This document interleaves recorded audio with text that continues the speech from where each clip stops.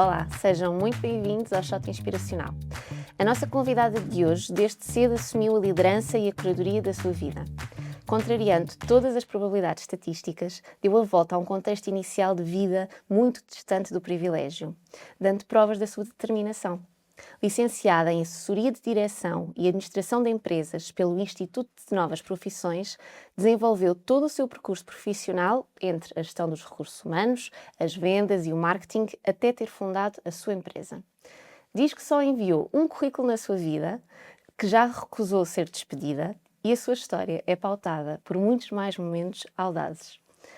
Temos connosco Sofia Tavares, founder e owner da Be Present Brand Activation e do Moto Mentoring, um projeto de mentoria para jovens dos 13 aos 29 anos.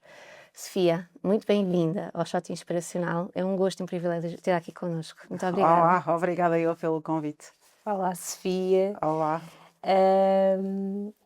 Portanto, tendo de buscar aqui a inspiração à introdução que a Inês nos fez, se compararmos a vida a uma corrida, a Sofia começou, o seu lugar de partida estava uns quantos lugares mais atrás, portanto, umas quantas casas mais atrás.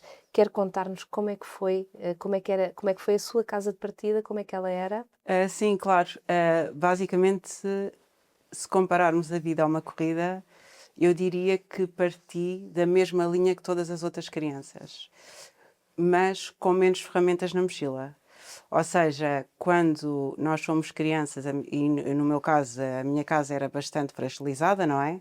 Embora não tivesse muita maturidade para perceber a realidade, mas sabia que havia ali uma desvantagem real. Mesmo assim, nós quando somos crianças não olhamos para o mundo com um filtro social. Ou seja, eu não olhava para uma criança e dizia assim, aquela criança não tem sapatos, ou não come em casa, ou chove em casa, ou não tem pais presentes. Nós, quando vamos para a escola, temos muito a preocupação de aprender, pertencer e brincar. E só mais tarde é que nós percebemos que nem todos partem com o mesmo equipamento.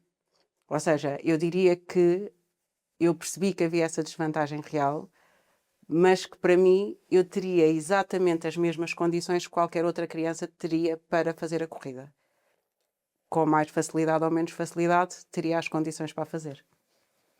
Mas, portanto, foi no momento em que entrou na escola que sentiu algum tipo de diferença relativamente... Foi mais tarde. Eu diria que foi quando fiz a transição para uma outra realidade que não era a minha. Foi quando eu comecei a trabalhar aos 12, 13 anos. E de que forma é que sentiu essa diferença? Ora bem, senti por diversos motivos. Senti e percebi qual é que era o meu extrato social, pelo simples facto de começar a trabalhar como babysitter numa casa de classe média alta. Ou seja, eu percebi que havia conforto, percebi que haviam famílias presentes, percebi que havia métodos de estudo para as crianças, percebi que havia uma preocupação em garantir que as crianças desempenhassem determinadas tarefas e percebi claramente que tudo aquilo que aquela família tinha, eu nunca tinha tido na vida e só nessa altura é que eu percebo que efetivamente existe um mundo diferente do meu. Ou seja, estamos a falar de pré-adolescência e que se dá este choque de realidade porque efetivamente eu nunca tinha vivido de uma outra forma, não é? Porque até então a minha mãe veio para Portugal a seguir ao 25 de Abril à procura de melhores condições de vida. Infelizmente, como a maioria dos imigrantes, não é um processo fácil, não conseguiu numa fase inicial e o contacto que nós tínhamos com as pessoas fora da escola eram pessoas que estavam quase na mesma condição que nós. Ou seja, obviamente que se eu olhasse para o lado da minha casa e para o lado da outra casa, sabia que existia uma moradia, não é? Mas eu não sabia o que é que se passava dentro dessa moradia, não é? Se calhar até poderiam ter os mesmos problemas que eu tinha. Era numa casa de bairro de lata, por assim dizer, enquanto os outros estavam com uma outra capa por fora. Mas o que eu acreditei e que eu percebi também nesta transição é que o contexto efetivamente não nos define enquanto pessoas. Ou seja, ele pode nos posicionar, pode nos reposicionar, mas é uma variável que vai depender de nós se nós vamos conseguir ou não ultrapassar esse desafio. E a Sofia cedo percebeu que para ultrapassar esse desafio precisava da escola, certo? Sim, e como é que eu percebo isto? Com o papel fundamental de duas professoras. Ou seja, no 7º ano, a minha mãe não tinha condições para pagar o passe para ir para a escola. E houve ali um período que eu voltei à escola, 1 mês, 2 meses, não me recordo precisamente. E houve uma professora de Educação Física, que é a Eduarda, que foi à minha casa falar com a minha mãe e perguntar-lhe especificamente porquê que eu não ia à escola. E a minha mãe explicou-lhe que não conseguia pagar os transportes e essa professora teve com a minha mãe a tentar agilizar tudo que era documentação para que eu pudesse obter o apoio escolar e ter o passo social para poder ir para a escola. Isto foi um dos passos que me fez pensar que houve alguém que não me conhece, mas que disponibilizou a sua ajuda para que eu um dia pudesse ser alguém. E isto fez-me refletir na vida e na forma como eu giro a minha vida, que é tentar fazer a minha caminhada sempre com verdade e tentar sempre ajudar quem está ao meu lado e quem está em desvantagem. E depois, outra questão que me impactou muito na escola foi outra professora de História, a Lídia Silveira, em que o papel dela comigo era, sobretudo, que eu entendesse a importância da escola e o que é que a escola poderia me trazer no futuro, não é? E daí que também depois nasce a Mentor Mentoring, um bocado neste sentido, porque efetivamente foi uma mentora que me acompanhou e que me sempre dizia: Sofia, tu tens que aprender a ler, tu não podes parecer que estás a morrer quando estás a ler. E só para terem a noção, eu quando acabei o 12º ano, a primeira coisa que eu fiz foi me candidatar Para o call center. para um call center para melhorar a minha dicção. Porque, por um lado, eu não queria desiludir quem me ajudou e, por outro, comecei a perceber que isso era fundamental para os meus próximos passos. Porque a professora de História que lhe dá essa noção de que Sofia tem que ler melhor, Tenho que estudar, tem que estudar. exatamente. Que idade mais ou menos tinha a Sofia nessa altura? Deveria ter 14, 15 anos por aí. Portanto, teve que dar aí também uma passada. Exatamente, sim, sim. E durante todo este período conciliou a escola com o trabalho de fim de semana enquanto Exatamente, babysitter. enquanto babysitting, sim. E férias também estava sempre a trabalhar, sim. Aliás, eu desde me conheço enquanto gente dos doces, por assim dizer, eu sempre trabalhei. Ou seja, eu nunca tive de baixa. Eu, quando saio de uma transição para outra, estamos a falar sempre de dias. Ou seja, eu sempre trabalhei. Ou seja, sou a chamada workaholic, Mas mas porque teve que ser também, não é? porque teve que ser, o meu workaholic, eu tentei sempre que ele fosse o mais saudável possível. Ou seja, todos nós tentamos encontrar aqui um equilíbrio entre a vida pessoal e o trabalho, mas eu sempre fiz questão de não as separar. Porque, na realidade, o trabalho para mim era a minha vida. E eu percebi que tinha que estar feliz no trabalho para conseguir levar a minha vida a bom porto e eventualmente não vir a ter problemas mais tarde de saúde mental. Quer dizer, tenho um problema grave de memória, mas isto já é uma questão que eu acho que também já tem a ver com a idade. Mas tive sempre esta preocupação de não separar as coisas, porque a realidade é que eu não queria que a Sofia Tavares que entrasse em casa fosse diferente da Sofia Tavares que entrasse numa empresa. E sempre tive a preocupação de querer estudar e ser uma pessoa melhor e de ajudar, mas o que eu tenho sempre na minha cabeça é que eu não posso perder a minha essência. Porque apesar de eu começar a caminhar para uma estrada totalmente diferente daquilo que era a minha, também fez-me perder coisas para trás, não é? Ou seja, fez com que eu tivesse menos contacto com a família, fez com que eu comunicasse menos com a família, porque eu estava focada no meu objetivo em querer ser alguém. E apesar de não ter os mesmos equipamentos que as outras pessoas, eu comecei a perceber que eu tinha pernas, tinha braços, tinha boca e tinha olhos, como toda a gente, por isso as pessoas conseguiam fazer, eu também iria conseguir. Ou seja, nunca foi para mim uma questão das contingências que a vida me pôs obstáculos. Eu vi sempre isso como ferramentas de aprendizagem para eu ser melhor. E ainda hoje, quando eu vendo um projeto numa empresa, seja ela qual for, a primeira coisa que eu digo é isto: eu não venho ensinar nada, eu venho aprender. E com a aprendizagem que eu tiver, eu acredito que os resultados que vocês vão obter que serão superiores àquilo que procuram. E este é um pouco o meu exercício diário e não deixar cair, porque isto também depois exige aqui algum esforço. Sim, sim. Queríamos só ir aqui ainda um bocadinho a esta parte da educação, porque depois também houve uma altura, terá percebido que que queria tirar uma licenciatura, certo? Exatamente, certo.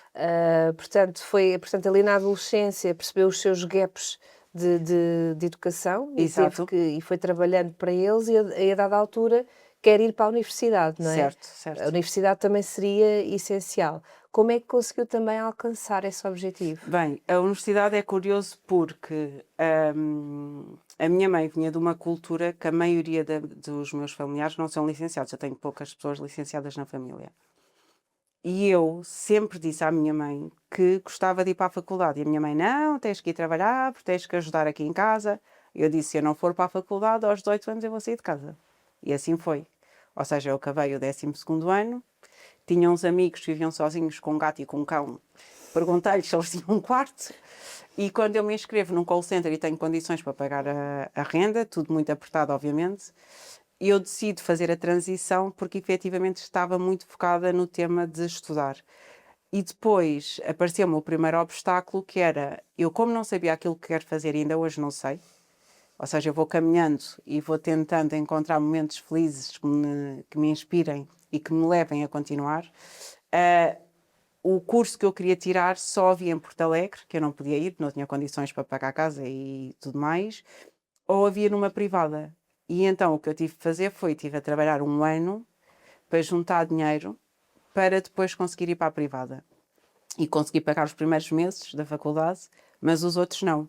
Porque, entretanto, já tinha a renda, já tinha o transporte, já tinha uma série de coisas. E tive colegas que me ajudaram e me adiantavam dinheiro para eu pagar a mensalidade e poder continuar os estudos. E eu ia-lhes pagando sempre à frente. Até que depois consegui a bolsa e tudo mais e consegui concretizar esse objetivo.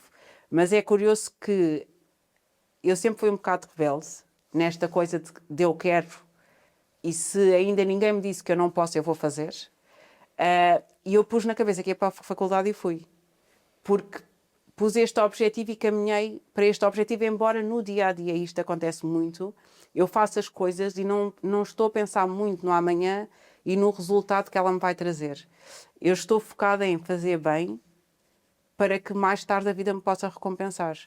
E eu acredito muito em energias positivas e acredito sempre que se nós estivermos num bom mundo e acreditarmos que a coisa acontece.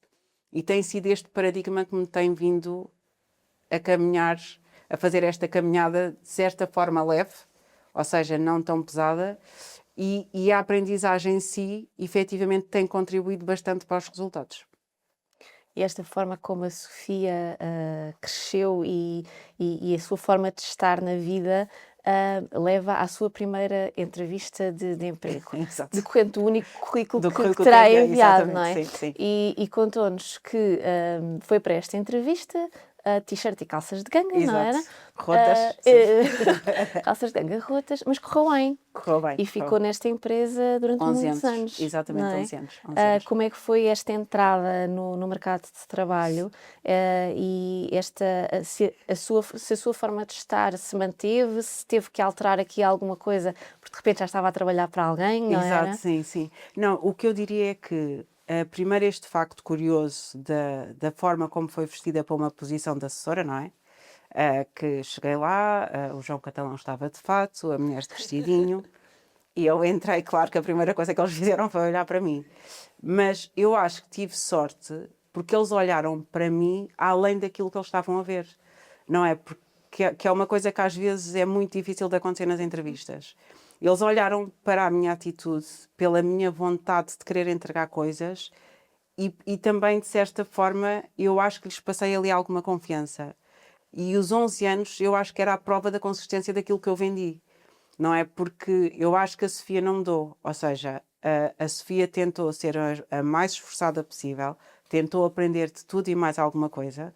Para terem ideia, no primeiro dia do emprego, eu pensei que ia-me embora porque pediram para fazer 50 faturas. Eu disse, mas como assim uma assessora vai fazer 50 faturas? Não estou a perceber, mas eu não percebo nada de contabilidade.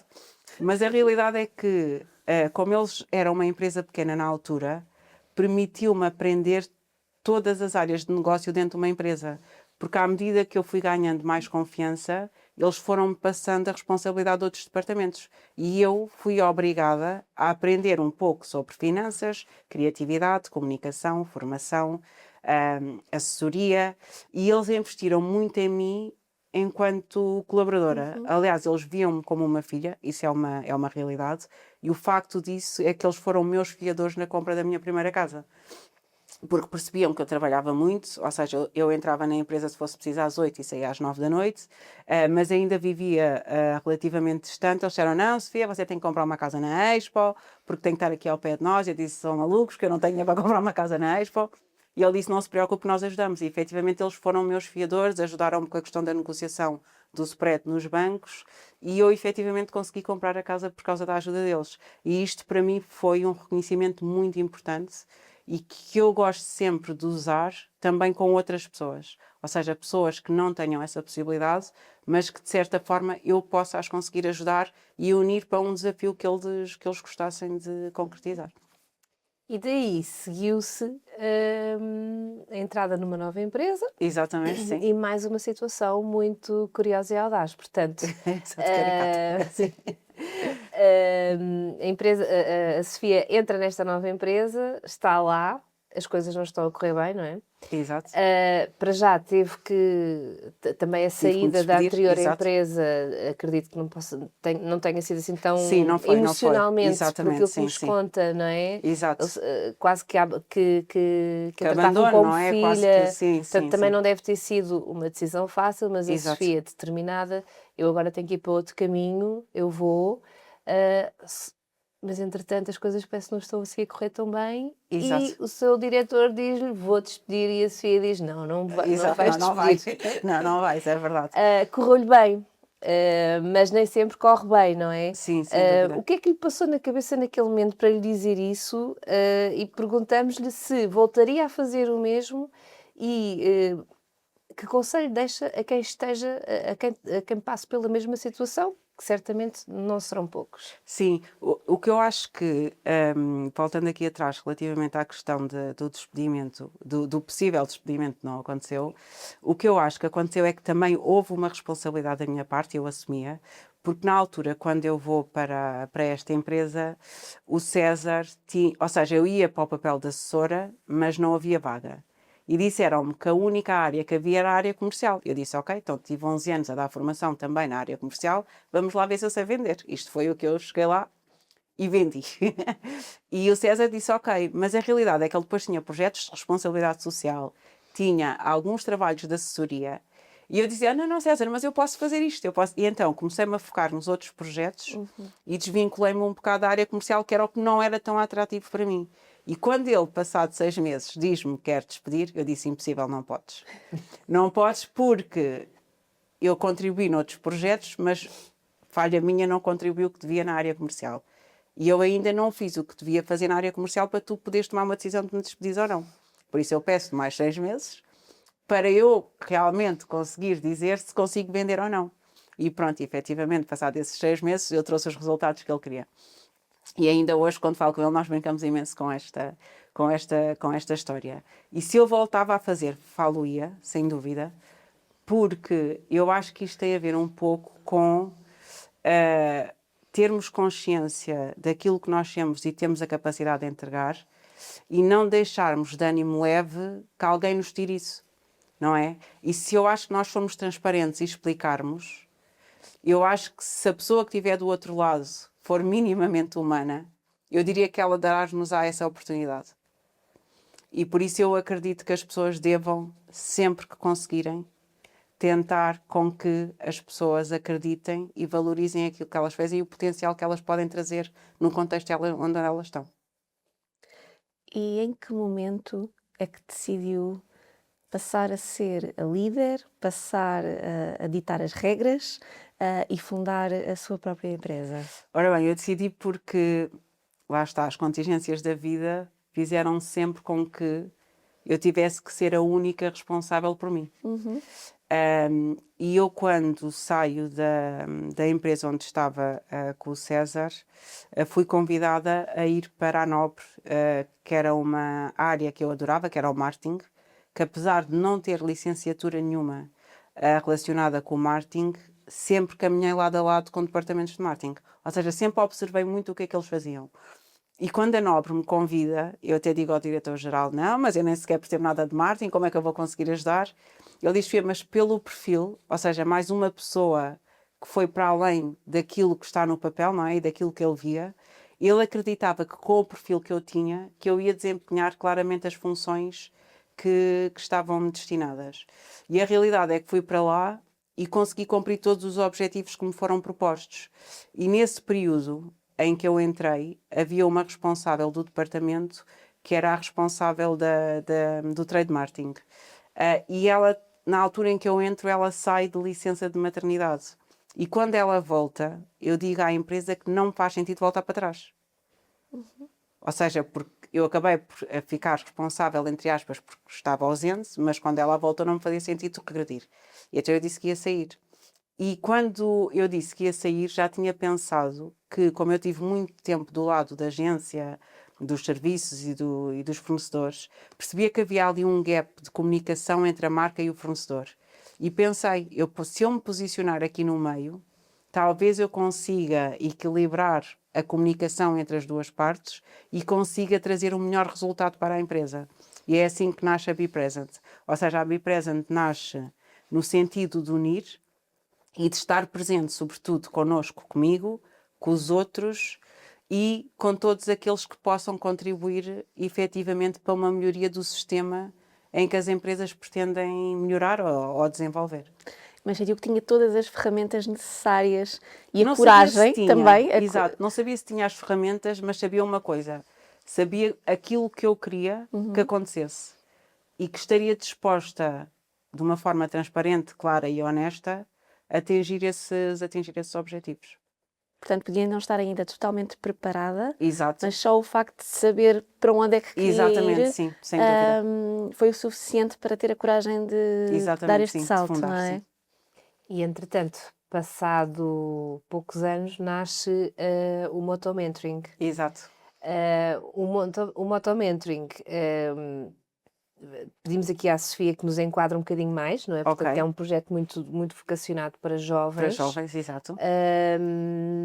E também para jovens que vêm de uma situação mais vulnerável. Fragilizada, exato. Podemos dizer que a sua vida é inspiração para fundar também o Motomentoring. Sem dúvida, sem dúvida. A Moto nasce comigo e com uma amiga, em que eu começo a refletir e começo a olhar para alguns jovens, porque eu trabalho muito com promotores, e senti-os um bocadinho perdidos. E estamos a falar de pessoas de uma classe social baixa ou alta. Ou seja, são pessoas que psicologicamente parecia que estavam perdidas no sentido de saber para onde é que eles teriam que ir. E eu começo a falar com essa minha amiga e digo, pá, tem que haver uma empresa ou uma instituição ou alguma coisa que clarifique a mente destes jovens para que eles possam um dia tornarem adultos mais felizes.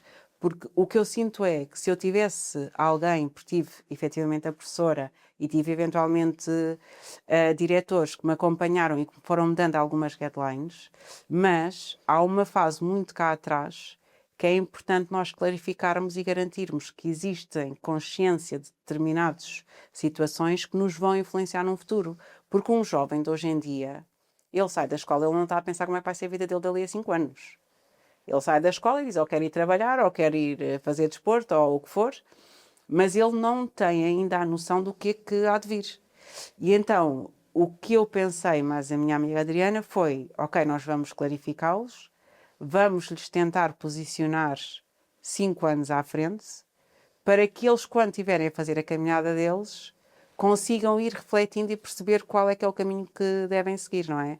Porque hoje em dia nós encontramos muitos jovens que tiraram licenciaturas e que não se identificam com aquilo, ou por pressão familiar, ou por pressão social, ou porque era mais fácil, ou porque não lhe apetecia estudar, enfim, uma série de situações, mas isso depois tem um impacto muito grande no nosso dia-a-dia, não é? E nós hoje, que já somos adultos, digamos assim, com alguma bagagem, conseguimos perceber que há muita coisa que se nós tivéssemos mudado na nossa caminhada, estaríamos todos um bocadinho mais felizes. Totalmente de acordo, não é, Inês? Sim.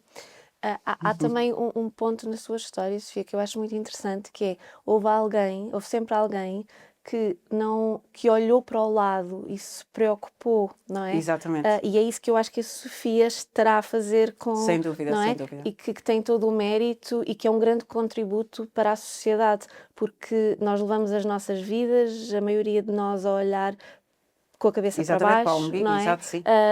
Há muito pouca empatia relativamente à pessoa que está ao nosso lado. Exato. E houve, parece, do seu lado, uma grande preocupação de lembrar-se do exemplo que teve, não é? Sem dúvida, sim. E dar agora um sentido diferente à vida das pessoas que trabalham consigo na moto, não é? Sem dúvida, sem dúvida. Eu acho que hoje em dia há um papel desafiante na parte de trabalhar as emoções, não é? Porque, pronto, há esta questão agora das tecnologias em que os miúdos estão muito focados em informação, mas não sabem trabalhar a informação, Sim. não é? Ou seja, pesquisa-se muito, veem muita coisa, mas depois quando nós pedimos para eles concretizarem, nota-se que há ali uma dificuldade muito grande. E eu digo sempre isto, ou seja, eu parti do ponto de partida com pouca bagagem, mas eu percebi claramente que eu tinha que ganhar essas ferramentas para conseguir continuar a caminhar. E hoje em dia eu sinto que é um bocado ao contrário, tem-se as ferramentas todas, mas as pessoas não saem do sítio. Não é? Ou seja, há aqui alguma coisa que não está a bater, que não está a bater bem. E a nossa preocupação é esta clarividência, é efetivamente tentar desconstruí-los para que eles efetivamente cheguem lá. Eu costumo sempre dizer isto, obviamente nós nunca vamos conseguir salvar todas as pessoas, mas se conseguirmos ajudar eu fico extremamente feliz. Claro. E muitas vezes nem todos temos que ser líderes, não Nem é? todos temos de ser líderes, sem dúvida. Mas podemos ajudar a pessoa a perceber o seu lugar neste Exatamente, mundo, não sim, é? O sem que é um dúvida, pouco sim, diferente. sim, Porque há sim. ferramentas que a Sofia foi também ganhando ao Exatamente, e que longo a da vida sua vida, foi não me é? proporcionando, exato. Que no seu caso levou esse caminho, mas também se as passar a outra pessoa, não é? Exatamente. Poderá ajudar alguém a seguir um caminho completamente diferente. Exatamente, sim, sim, até porque para mim a liderança, eu não vejo tanto a liderança como uma posição. Ou seja, para mim é uma responsabilidade sobre o impacto que nós temos na vida das outras pessoas, independentemente daquilo que elas façam. Seja no meu cão, seja no meu marido, seja na pessoa que trabalha comigo, qual é a minha responsabilidade que eu tenho no impacto daquela pessoa, no desenvolvimento daquela pessoa, como é que eu vou impactar positivamente, como é que eu posso contribuir para que ela efetivamente esteja melhor do que estava. Isto para mim é liderança, ou seja, eu não vejo tanto a questão do cargo de chefia, tanto que eu olho sempre para a Be Present e a Be Present é a Sofia Tavares, ponto. Ou seja, não vejo líderes, não vejo alguém com responsabilidades, que também tem as suas desvantagens na medida em que o ser empreendedora não é tão libertador como nós gostávamos, não é? Porque existe muita responsabilidade, existe muita solidão na decisão, mas temos sempre esta premissa que há um objetivo comum. E é isto que nos faz andar e viver com estas contingências e aprender a viver com elas, não é? Ou seja, deixam de ser obstáculos e passam a ser efetivamente ferramentas que nós podemos usar para contribuir para uma comunidade melhor, diria eu, não é? Sofia, de que forma é que os primeiros anos da sua vida influenciam a Sofia de 2026? E só fechando aqui um bocadinho este tema também da Exato. liderança, ou falando um pouco mais sobre ele, o que é que acha que foi essencial durante estes 40 e tal anos de vida? Exato. O que é que acha que foi essencial para dar a volta ao seu contexto e construir este percurso de liderança? Que eu vou só acrescentar, é liderança com os outros e também na sua vida, não E é? na minha vida, sim. Não se limitou Não àquilo que lhe limitar. foi dado. Exatamente, sem dúvida. Eu aqui o que diria é que, relativamente à questão dos meus primeiros anos de vida e para a Sofia de 2026, eu hoje, se olhasse para trás, eu acho que diria que eu parti em vantagem. Isto porquê? Porque a vida foi-me dando ferramentas e contingências que numa situação normal eu não as teria. E que se calhar não fariam a Sofia que é hoje.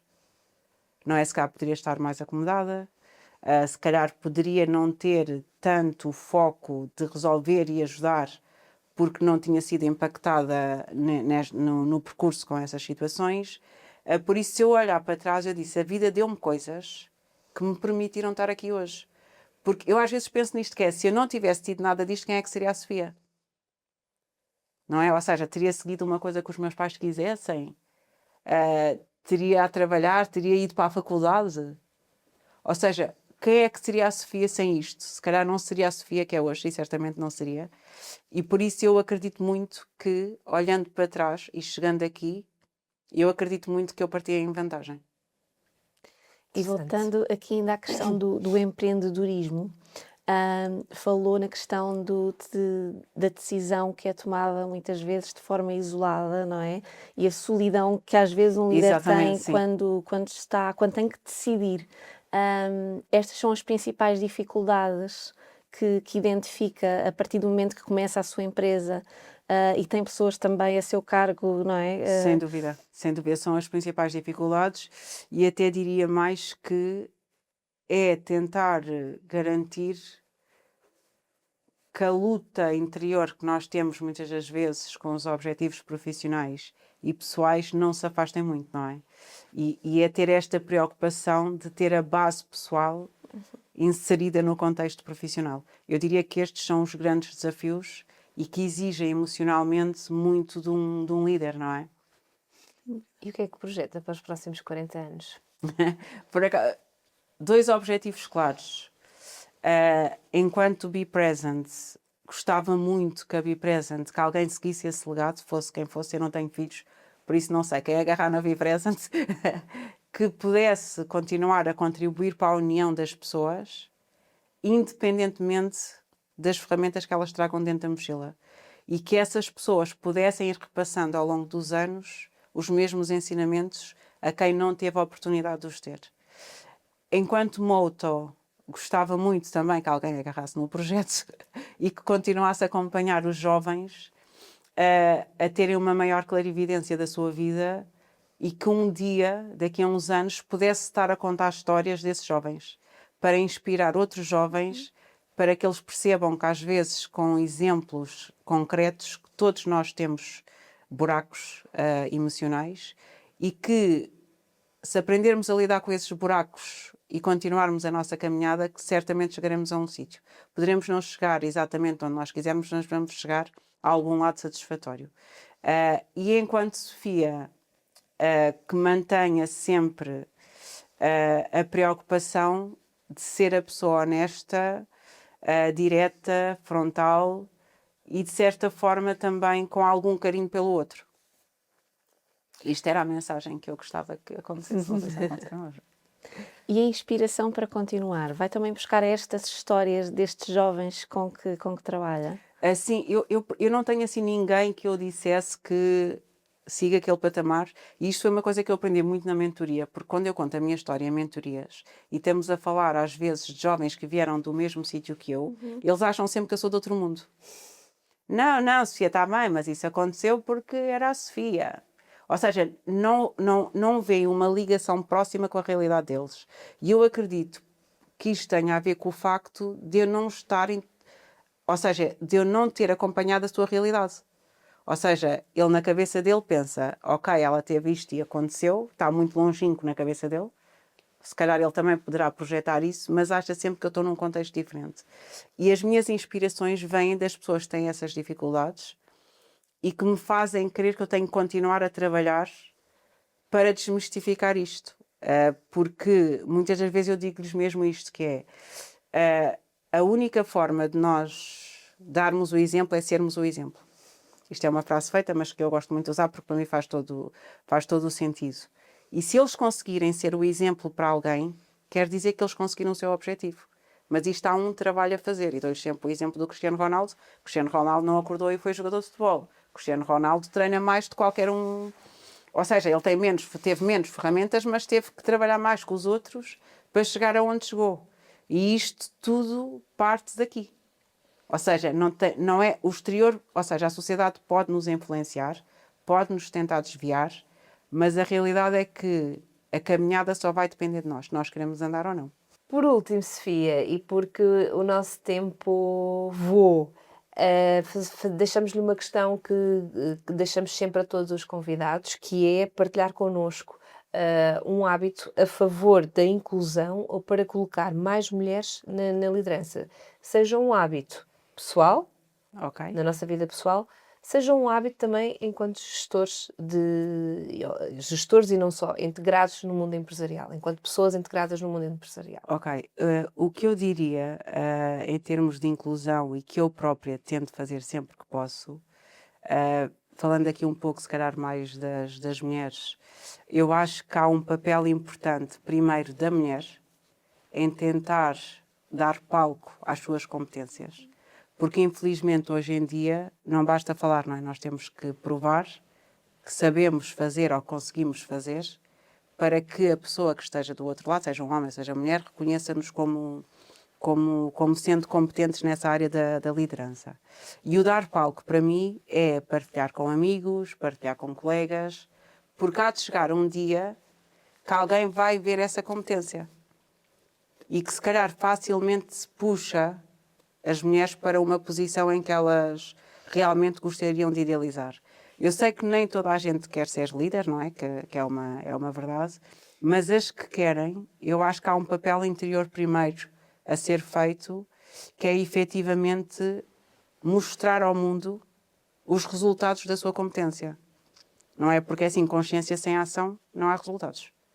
E então é importante que nós mostremos ao mundo, efetivamente, aquilo que nós fazemos e os resultados que nós obtivemos, porque eu acredito que um dia alguém vai reparar e vai dizer que aquela pessoa tem as competências certas para aquilo que nós procuramos. Ou seja, a partilha é fundamental e não podemos ser envergonhadas ao ponto de não mostrarmos aquilo que somos e aquilo que somos capazes de fazer, independentemente do contexto onde nós tínhamos, porque, mais uma vez, o contexto é uma variável e não nos define. Muito obrigada, Sofia. Nada. Obrigada, Muito obrigada mesmo por ter aceitado o nosso convite, por estar aqui, por nos ter contado a sua história e por ser uma inspiração para todas nós. Obrigada pela Obrigada, atenção. Sofia. Obrigada.